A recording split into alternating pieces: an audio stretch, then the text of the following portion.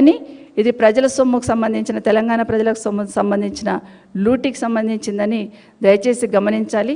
ఇది పార్టీ పరంగా అని కొట్టేసే ప్రయత్నం చేస్తూ ఉన్నారు. గతంలో చాలాసార్లు బీఆర్ఎస్ పార్టీ తరఫున చెప్తూనే ఉన్నాం, రాష్ట్ర ప్రభుత్వంలో టెండర్లు కాంట్రాక్టర్ విషయంలో ఏ విధంగా జరుగుతుంది, ఏ విధంగా గోల్మాల్ అవుతుంది అనేది ప్రతిసారి మాట్లాడుతున్నాం. ఉన్న పాత గవర్నమెంట్లో కేసీఆర్ గారు గవర్నమెంట్లో ఉన్న టెండర్లను కూడా క్యాన్సిల్ చేసి క్యాబినెట్లో ఉన్న మంత్రులు అనునయులకు ఇచ్చిన విషయాన్ని మాట్లాడున్నారు. అమృతకు సంబంధించిన టెండర్ కూడా ఏ విధంగా మిస్యూజ్ జరిగింది, ఎవరికి ఇచ్చున్నారు, ఏ విధంగా పార్టిసిపేట్ చేసిండని మాట్లాడున్నారు. ఎల్ఎన్టీకి సంబంధించిన వాళ్ళని ఏ విధంగా బయటికి పంపించున్నారు ఈ ప్రభుత్వం అనేది మాట్లాడున్నారు. ఇవన్నీ మాట్లాడితేనేమో బీఆర్ఎస్ పార్టీ మాట్లాడింది, ప్రతిపక్షం మాట్లాడింది కాబట్టి పక్కన పెట్టారు. మరి స్వయంగా మంత్రి గారి కూతురే మాట్లాడుతుంది కదా, మరి దాని మీద ఎంక్వైరీ చేయాలా లేదా? టెండర్లు దక్కించుకోవడానికి శాఖలను కూడా మారుస్తున్నారు. ఒక శాఖకు సంబంధించి ఇప్పుడు మేడారం జాతరకు సంబంధించిన టెండర్లలో ఈ పంచాయతీ మొదలైంది.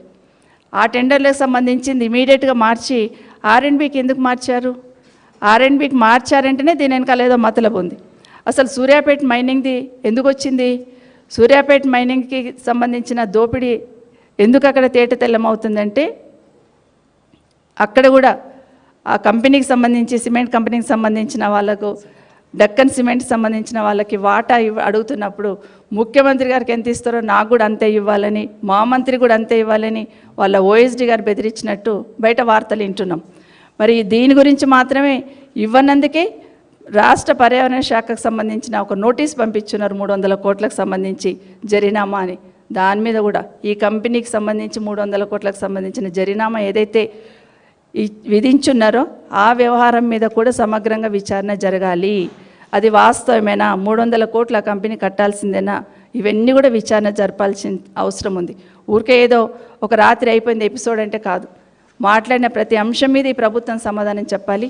జరిగిన ప్రతి వ్యవహారం మీద డీజీపీ గారు ఇన్వాల్వ్ కావాలి. వాటికి సంబంధించిన వివరణలు ప్రజల ముందు ఉంచాల్సిన అవసరం ఉంది.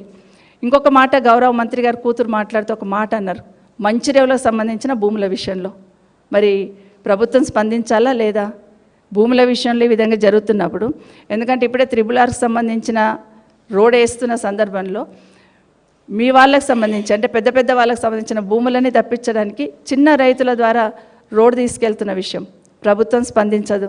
వాళ్ళు ఎక్కడ అరవాలో తెలీదు, ఎక్కడ పోయి చెప్పుకోవాలో అర్థం కాదు. ఏ మంత్రి దగ్గరికి వెళ్ళినా చేతులు ఎత్తేస్తున్నారు. అట్లాగే కాకుండా ఈరోజు హైడ్రాను బూచిగా చూపించి పెద్ద పెద్ద వాళ్ళందరినీ పెద్ద పెద్ద బిల్డర్లను ఏ విధంగా మీరు బెదిరింపులకు పాల్పడుతున్నారు అనేది జగమెరిగిన సత్యం.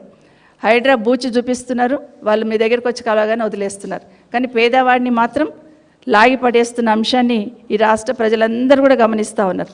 ఇప్పటికీ మరి మంచిర్యాలకు సంబంధించింది గౌరవ ముఖ్యమంత్రి గారు వారి అన్నదమ్ముల మీదే ఆరోపణ వచ్చింది కాబట్టి తప్పకుండా విచారణ జరపాలని బీఆర్ఎస్ పార్టీ తరఫున డిమాండ్ చేస్తూ ఉన్నాం. ఇంత తతంగం జరుగుతూ ఉంటాయి, ఎందుకంటే రాష్ట్రంలో ఈ 2-3 రోజుల నుండి చూస్తూ ఉంటాయి. ఇంత తతంగం జరుగుతూ ఉన్నప్పుడు ఒక మంత్రి ఇంటి మీదకి రాత్రి టాస్క్ ఫోర్స్ పోలీసు వెళ్తారు. ఒక ముఖ్యమంత్రి గారి ఇంటి పక్కనే సెటిల్మెంట్ నడుస్తూ ఉంటుంది, గన్ పెట్టి బెదిరిస్తూ ఉంటారు. పారిశ్రామికవేత్తలను తుపాకీ పెట్టి బెదిరిస్తూ ఉన్నారు. ఇంత జరుగుతూ ఉన్నా బీజేపీ నేతలు మాత్రం స్పందించట్లేదు. ఈ రాష్ట్రంలో 2 బీజేపీ ఎంపీలు మంత్రులుగా బాధ్యత వహిస్తూ ఉన్నారు. ఈ రాష్ట్రంలో జరుగుతున్న దాన్ని ప్రశ్నించాల్సిన బాధ్యత, యాక్షన్ తీసుకోవాల్సిన బాధ్యత మంత్రులుగా బీజేపీ వాళ్ళకు కూడా ఉందా లేదా? ఈ రాష్ట్రంలో గన్ కల్చర్ పెరిగిపోతుందని ఆందోళన చెందుతున్న సందర్భంలో దేశానికి హోంమంత్రిగా సహాయ మంత్రిగా ఉన్న గౌరవ మంత్రివర్యులు స్పందించాల్సిన అవసరం ఉందా లేదా? ఎందుకంటే ఈ రాష్ట్రంలో ఊరికే సెటిల్మెంట్ల దందా నడుస్తుంది, గన్ పెట్టి బెదిరించారంటే బాధ్యత గల మంత్రిగా మీరు కూడా రెస్పాండ్ కావాలా లేదా ఒకసారి ఆలోచించమని బీజేపీ నాయకులను కోరుతా ఉన్నాను. ఎందుకంటే ప్రధానమంత్రి గారే ఆర్ఆర్ ట్యాక్స్ కలెక్ట్ అవుతుంది ఇక్కడని గతంలో మాట్లాడున్నారు. దానికన్నా ఎక్కువ అరాచకం కదా ఇది. మరి ఎందుకు గౌరవ మంత్రులు, కేంద్ర మంత్రులు ఎందుకు స్పందించట్లేదు? స్వయంగా హోంశాఖను సహాయ మంత్రిగా చేస్తున్న గౌరవ మంత్రి గారు ఎందుకు దీని మీద రియాక్ట్ కావట్లేదు? బండి సంజయ్ గారు ఒక మహిళా మంత్రి, అందులో బీసీ మంత్రి ఇంటి మీదకి పోలీసులు పోతే ఎందుకు మీరు ఎంక్వైరీ చేయట్లేరు? రాత్రి పోలీసు మంత్రి ఇంటి మీదకి ఎందుకు వెళ్ళాల్సి వచ్చిందని మంత్రిగా, కేంద్ర మంత్రిగా ఎందుకు మీకున్న అధికారాన్ని ఉపయోగించి రివ్యూ చేయలేకపోతున్నారు అనేది ఖచ్చితంగా ప్రజల ముందు ఉంచాలి. ఎందుకంటే ఈరోజు ఇప్పటికే తెలంగాణ రాష్ట్రంలో అర్థమైపోయింది, బీజేపీ కాంగ్రెస్ పార్టీ రెండు కలిసి రెండు పార్టీలు రెండు నేషనల్ పార్టీస్ కలిపి ప్రభుత్వాన్ని నడుపుతున్నాయి అనేది స్పష్టం.